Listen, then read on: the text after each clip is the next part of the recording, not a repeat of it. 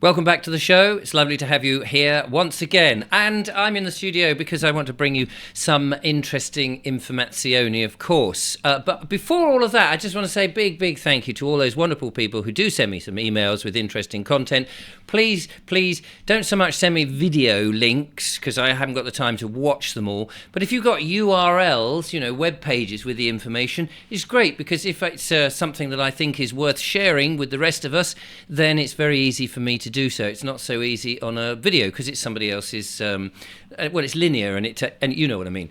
And the other thing I want to say is thanks ever so much, and I don't do this enough, and I really ought to say thank you to all those people who donate money, their own hard things, to show a sign of appreciation for all the stuff that we present. And I say we because it's not just me. I have my opinions, of course, and it's all just an opinion, and everyone's allowed an opinion, apparently, although some people don't like you having an opinion, and mainly that seems to be the government because they've got their opinion and they want to foist that on all of you, but we can have our own opinions, It's like at the moment we're still able to control our own thoughts, well, mostly, although we are being controlled through television and mainstream media and the internet and films that we go into. Anyway, let's not get into all of that. But a big thank you for those people who do donate. As I say, it's not just me, it's all the wonderful guests that come on the show, and it's so great to see people like Stan McDonald, who's been on recently. We thought he'd disappeared into the vaporized, or people were after him because he was telling too many truths, but it's great to have him back. And you may have seen that we did one on council tax and smart meters fairly recently, and it's great. And all the other wonderful guests, and there's still more to come. Yes, just to answer those questions that people have been asking me, aren't you disappearing into going to do farming and all that kind of malarkey? Yes, of course, that's going to happen too. But it all takes a bit of time. It doesn't just happen like in the movies where you say, oh, I'm going to change my profession and then suddenly. But I am taking you lot with me, so do not worry. You will be finding all about it, because food, ladies and gentlemen, is the number one thing that we should be concentrating on, and not all the rubbish that the mainstream media and the government and everybody else is trying to get us on. Because just look up, folks. Yep, the sky is dimming. And it's raining continuously. And as I said in a video recently, it seems to me, and it's just an opinion, that they are trying to starve us out. They ruin the crops, ruin the harvest, and then what are you going to eat? Your fingernails? You won't get very far on that. However, I've got a story about that in a moment. But first, ladies and gentlemen, just to quickly remind you, the Great Resist Conference is coming on the 20th of April, which is not too long. Book your tickets, come along. I think it's only £9 or something like that. And it's in Swindon. Don't let that put you off just because it's in Swindon. It's in Wiltshire, the lovely county of Wiltshire. And I'll leave a link to the video that lovely Liz Phillips and I did, where she was talking about all the wonderful speakers that are going to be there. But also I know that Mark Byford, the bowler-hatted farmer, is going to be there with a veg box, which will be worth watching and looking at. And I think John Cook, who I interviewed at Dora's Dairy, may be there, who knows, with some raw milk. So more exciting reasons to come along and all that. I'll put a link in the description, and do book your tickets. That's very exciting. Also, if you're down in, I think I said it was Dorset, but it might have been Wiltshire as well, Tisbury, down at the weekend. There's an event going on down there. And also at the Attic in Southampton, I'm there interviewing Sovereign Pete. So come along to that. If you're thinking, oh, it's all in the south, but very kind to the people who've been asking me to go up north. And there's a few of you saying, when are you coming up north to do our stuff? We will be up north. In fact, we've got an event in Blackpool coming up. Buxton, we are coming back to Buxton, which will be good. And even further north than that, just got to get a few more. And in Scotland, okay, the renew, all later on in the year. I'll keep you posted as best I can. Anyway, enough of all that nonsense. So I want to bring you now, what was this thing about to look up in the skies? Somebody sent me, and very kindly sent me this video. Not the one on the right, which seems to be a picture of a familiar face on somebody else's channel, which is really strange, really, but I don't know how that works. Maybe somebody's just nicked my content, but never mind. The main part of it is here on Mr. Helvis69's site. He's got this interesting story of the state of Tennessee bans chemtrails, no longer a conspiracy theory. I'll leave the link in the description. But a lot of people have sent me variants of this, that actually the people in Tennessee are banning all of this sky spraying with the old graphene and stuff. Now, a lot of people have been going, oh, but it's contrails. No, that's the con.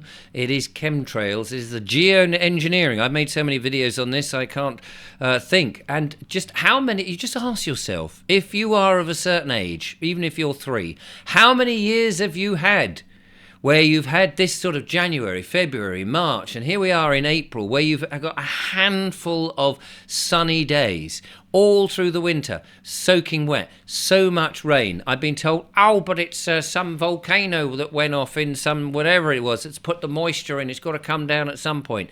Has it? Really? And what about the crisscrossing of the skies and all of that? Yeah, I think there's a lot of weird and wacky stuff going on. But I don't want you to worry too much, because we are very clever and inspired people, all of us, you lot included. You may not think so, but actually I think more and more people are beginning to realise actually they hold the power to this, because we are creative beings and the dark forces are not, which is why they want to keep us down and do the old fear factor. And one of the fear factors that seems to be coming up very shortly is something that was sent to me by one of my viewers. I'm just trying to find it here. This new leaked WHO document, which was dated on the 7th of the 3rd, which I believe is March 24, suggesting amendments to the pandemic treaty. I've put a gap in there, but that anyway, it doesn't matter. Revealing sinister new plan for a forced quarantine directive to all governments, suggesting that their country's conveyance operators, for example, cruise liners, airliners, train and bus operators, etc., should be trained and have the powers to instigate quarantine procedures with government bodies if they have concerns of displayed symptoms or conduct of, as this chap has called it, Martin, beer flu. I think he means bird flu type things that we experienced in 2020. Fear mongering going mad.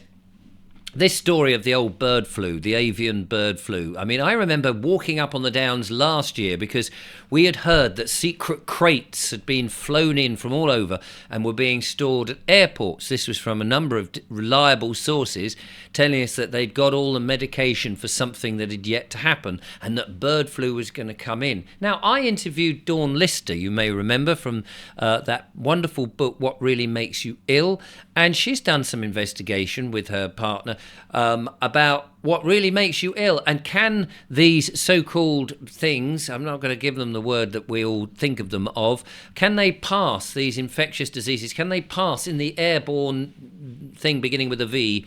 Can they actually pass from animal to animal? And she said it's extremely doubtful.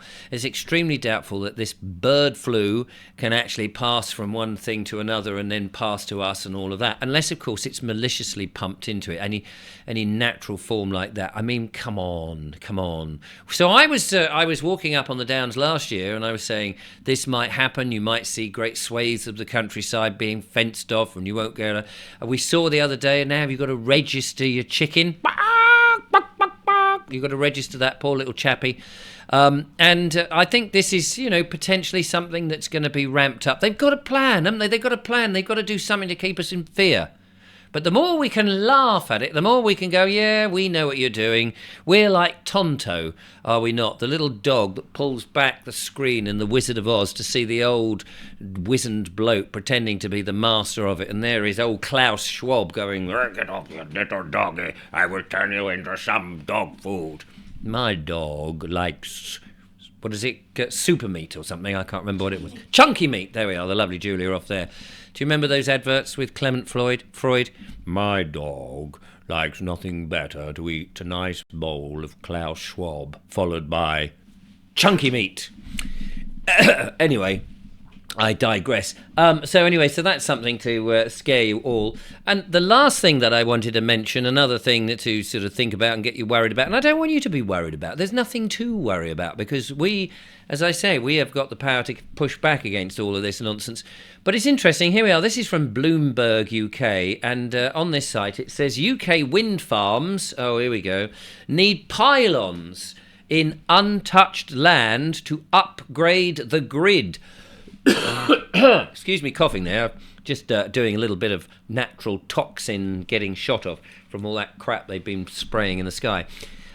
Country's plan, grid plan, outlines new lines to be built between beyond 2030. Pylons are preferred option when it comes to cost and capacity. And there we have a nice picture of these wonderful sky slicers, which are there decapitating birds as they fly past. Lovely, sort of friendly little machines, which would be good. They're not useless as hairdryers, by the way. You try and stand in front of one and see if it'll dry your hair. Me, took my hair off.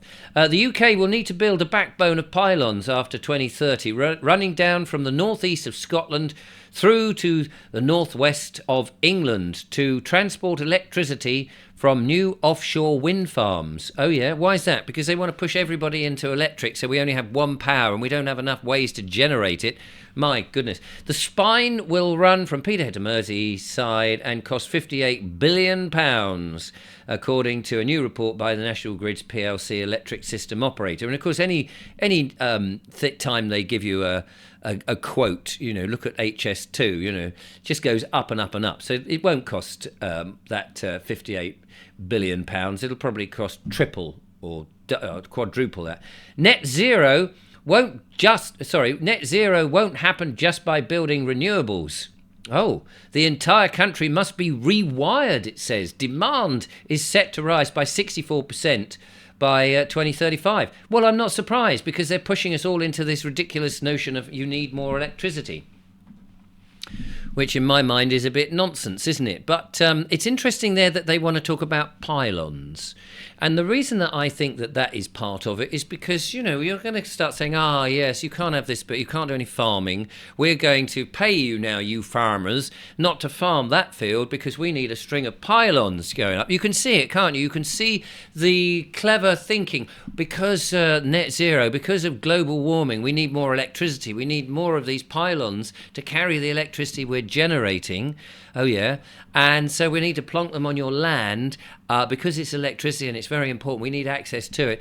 You won't be able to farm there. Oh, yeah, just like with the solar panels, in which suddenly, as I mentioned the other day, great swathes of these solar panels sitting up here, taking away the top soil, the actual soil that's very, very important, essential for life, because that's the soil that grows the plants in that we need to feed off, animals need to feed off. You can see how this is all part of this depopulation nonsense, isn't it, really? Instead of having diversity, they keep saying, diversity is the thing. Really? But you won't have as diverse methods of having different types of power. Maybe water power would be good. The old water wheels and using water naturally to sort of drive things like the old windmills, the proper windmills, not these fake sky slicers, proper windmills to mill corn. I'd love to see all that kind of stuff come back. Some aesthetics to the land, not these horrible monsters which seem to be sort of coming at these giant hairdryers from some space age sci-fi thing, banning you from the countryside. It's all rubbish. It's all rubbish. And of course they want to make out that this is all absolutely essential, keeping you from the countryside because we're generating power to keep you alive in your 15-minute cities. We can see what's going on, can't we? We can see it all. We need to push back and say, no, this is absolute a con. The thing is, we can see it all now, can't we? We can see the government with their snarling faces and the way that they are trying desperately to sort of keep us down and charging us left, right and centre for all sorts of different things. We can see that, can't we? They haven't a hope, really, of carrying this out because Tonto, as I said before, has already revealed it now. And Schwab is running for dear life. They're all panicking. So, look out for a bit of bird flu. There's a bit straight in the eye. It's the other eye, because that's the falsie. But never mind. Anyway, there we go. There's a little bit of nonsense to fill your day with heart and desire. They haven't got a hope. They are desperately pushing all these things forward in the hope that they can take back their control. But I think, as we all agree, they have lost their control, and long may it stay like it. Till next time, I've been the old Voby One-Eyed Kenobi. Bye for now.